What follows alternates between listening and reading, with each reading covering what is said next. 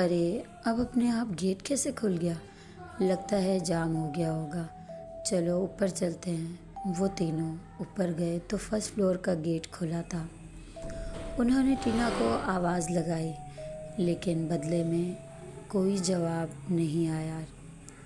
टीना का सारा सामान तो यहीं पड़ा है। इसका मतलब टीना भी यहीं होगी। लेकिन वो कोई रिस्पॉन्स क्यों नहीं कर रही? तभी उन सबको एक अजीब सी आवाज़ सुनाई दी, जैसे लगातार कोई दीवार में आवाज़ कर रहा हो, ठक ठक ठक। ये कैसी आवाज़ है? और ये आवाज़ आ कहाँ से रही है? मुझे कुछ ठीक नहीं लग रहा यार। मुझे लग रहा है कि टीना किसी प्रॉब्लम में है। चलो जल्दी से उसे ढूंढो। उन सब ने टीना को सब कमरों में ढूंढ लिया, लेकिन वो किसी कमरे में भी नहीं थी। तभी आयुष ने ध्यान से आवाज़ को सुना। वॉशरूम, हमने वॉशरूम में चेक नहीं किया। वो तीनों दौड़ते हुए वॉशरूम की तरफ गए और जैसे ही उन्होंने वॉशरूम का दरवाज़ा खोला तो उनके पैरों तले ज़मीन ही खिसक गई। टीना बाथ-टब में उनकी तरफ पीट करके बैठी हुई थी और लगातार अपने सर को बार बार दीवार में मार रही थी। बाथ-टब उसके खून से पूरा लाल हो चुका था और उसके बाद भी वो लगातार अपने सर को दीवार पर मारे जा रही थी। ओ गॉड! टीना टीना! आयुष ने जैसे ही टीना को आवाज़ लगाई तो वो एकदम रुक गई।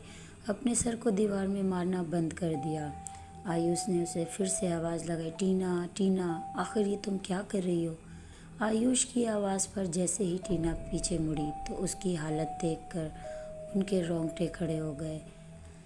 उसका मुंह खून से भरा हुआ था, सर का मांस निकला हुआ था, फिर भी वो उन्हें देखकर मुस्कुरा रही थी। टीना को इस तरह देखकर उन तीनों की आत्मा मानो उनके शरीर से निकल गई। आज से पहले उन्होंने ऐसा खौफनाक नज़ारा नहीं देखा था। टीना उठकर उनकी तरफ बढ़ने लगी। डर के मारे उनकी सांसें तेज़ हो गई। टब से बाहर निकलते हुए टीना का पैर फिसला और वो टब में गिर के बेहोश हो गई।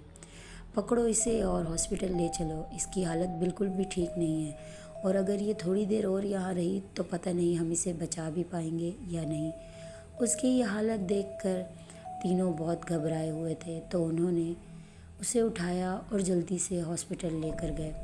टीना की हालत देखकर डॉक्टर भी घबरा गए और जल्दी से उसे इमरजेंसी वार्ड में शिफ्ट किया। डॉक्टर बाहर आए। वो ठीक तो है ना? उसे कुछ हुआ तो नहीं? ठीक तो है, लेकिन समझ नहीं आ रहा कि इसने अपनी ऐसी हालत कैसे कर ली।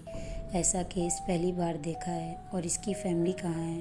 सर वो तो यहाँ नहीं रहते, हम सब तो यहाँ अपने मास्टर्स के लिए आए हैं और फैमिली से अलग रहते हैं। अच्छा, लेकिन जितना जल्दी हो सके इसकी फैमिली को इन्फॉर्म कर दो और जल्दी यहाँ बुलवा लो, क्योंकि अगर इसने एक बार और ऐसा कर लिया तो इसे बचाना मुश्किल हो जाएगा।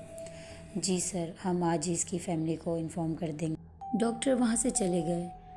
आयुष ने टीना के फ़ोन से उसके घर पर फ़ोन किया और सब बताया कि टीना की हालत बहुत ख़राब है। तो उसके माता पिता बहुत परेशान हो गए और उसी दिन बेंगलोर आ गए। कुछ दिन के बाद टीना को हॉस्पिटल से छुट्टी मिली। उसके माता पिता उसको लेकर वापस उसी घर में आ गए। वृंदा के अलावा किसी को भी पता नहीं था कि उस रात उनके साथ क्या हुआ था, लेकिन उसने किसी को कुछ नहीं बताया। घर में कुछ दिन बीत गए। माँ को उसका बर्ताव कुछ ठीक नहीं लगा। वो कभी भी मासूम और सहमी सहमी नहीं रहती थी, लेकिन जब से उसके माता पिता उसे हॉस्पिटल से लेकर आए थे वो किसी से बात ही नहीं कर रही थी। बस शाम होते ही अपनी बालकनी में बैठ जाती और मोक्ष द्वार को देखती रहती। उसकी ऐसी हालत उसके माता पिता को भी अजीब लगी। मुझे मेरी बच्ची की हालत ठीक नहीं लगी। मुझे ये कोई आम बीमारी नहीं लगती। मुझे लगता है मेरी बच्ची पर कोई ऊपरी साया है। आपने देखा नहीं कैसे बस शाम होते ही सिर्फ मोक्ष द्वार की तरफ मुँह करके बस बैठी रहती है। निर्मला, डॉक्टर ने बताया था कि उसके सर पर चोट लगी है तो थोड़े दिन तो वो ऐसा व्यवहार करेगी, लेकिन तुम औरतों को हर बात में भूत प्रेत और झाड़ फूड़ ही नज़र आता है क्या? चलो चलकर सो जाओ। टीना के पिता ने उसकी माँ की बात को टाल दिया और उन्होंने टीना को उठाया और उसके बिस्तर पर लिटा दिया। और ख़ुद अपने कमरे में सोने चले गए। उनकी आँख लगे बस कुछ ही देर हुई थी कि तभी उसकी माँ के मन से कुछ बेचैनी सी हुई। उसे अनहोनी का अंदेशा हो रहा था और वो अपने बिस्तर पर उठ के बैठ गई। पता नहीं आज इतना अजीब क्यों लग रहा है, ऐसा लग रहा है कुछ बहुत गलत होने वाला है।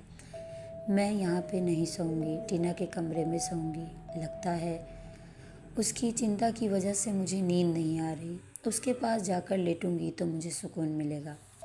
वो उठ के उसके कमरे की तरफ गई, तभी उसे ज़ोर से प्यास लगी और वो किचन में जैसे ही पानी पीने के लिए गई तभी उसने पानी की बोतल निकालने के लिए फ्रिज खोला तो उसे ऐसा लगा जैसे कोई अभी अभी टीना के कमरे में भागता हुआ गया है। वो जल्दी से फ्रिज बंद करके टीना के कमरे की तरफ भागती हुई गई, लेकिन टीना अपने कमरे में नहीं थी। टीना टीना इतनी रात को ये कहाँ चली गई? निर्मला टीना को देखने के लिए कमरे से बाहर जा ही रही थी कि तभी उसे बालकनी से किसी के हंसने की आवाज़ आई। उस आवाज़ को सुनकर निर्मला डर कर रह गई, लेकिन उसे लगा कि जैसे टीना बालकनी में है तो वो बालकनी में पहुंच गई। टीना को देखकर तो माँ के होश उड़ गए। टीना बालकनी की रेलिंग पर चल रही थी और अपने चेहरे पर अपना हाथ रखकर अपनी हंसी को दबा रही थी।